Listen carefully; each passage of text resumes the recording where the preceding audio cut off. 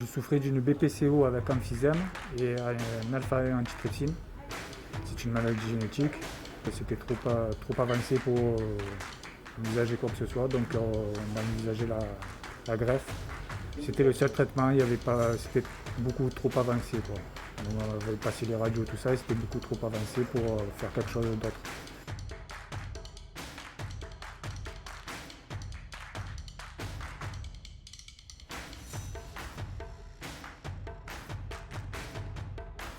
Cette machine, c'est très simple. Elle va permettre de réaliser plus de transplantations que ce qu'on fait habituellement, en augmentant le nombre de greffons que l'on va pouvoir utiliser.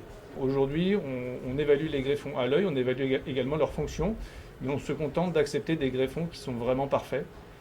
Ici, on va pouvoir accepter des greffons pour lesquels on a un doute et lever le doute en les branchant sur la machine avant de les implanter chez un receveur.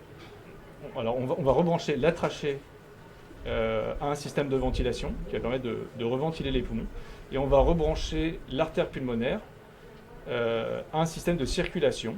Donc la machine comprend un petit cœur artificiel. Et donc l'ensemble de la ventilation et de la perfusion va permettre de faire fonctionner les poumons dans des conditions normales et donc de les évaluer et donc d'accepter des greffons que l'on aurait potentiellement refusés à cause de leur qualité limite.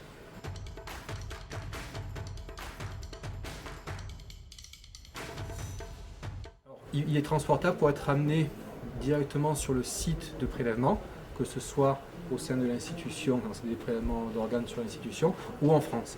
Donc le but, c'est de se dire que la période, on veut gagner le plus de temps possible, on veut laisser les poumons le moins longtemps en dehors d'un organisme quel qu'il soit. Donc on va directement sur le site prélèvement en France, ou à l'endroit où on peut prendre l'avion avec.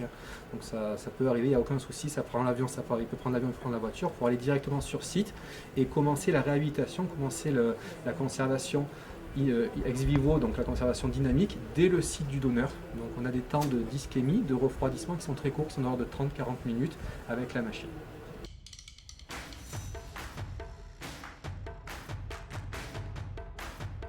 Si on est tous receveurs, il faut qu'on soit tous donneurs. Voilà.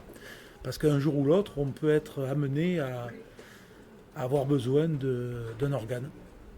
Nous avons pu réunir des fonds grâce au Conseil général des Bouches-du-Rhône de l'époque et grâce à certaines familles marseillaises, on a pu réunir les fonds pour acquérir cette machine. Voilà. Et on est très heureux, quelques années après, de voir cette machine qui fonctionne. Et ce patient que vous avez interviewé, pour nous, c'est vraiment un gros remerciement et puis une grande satisfaction. Le jour de mon réveil de la greffe, c'était magique. J'ai de suite mis, la première des choses que je me souviens, c'est que j'ai mis mes doigts sur le nez pour voir si j'avais toujours des respirateurs. Quand j'ai vu que j'avais plus les tuyaux, je me suis dit ça a marché. Voilà.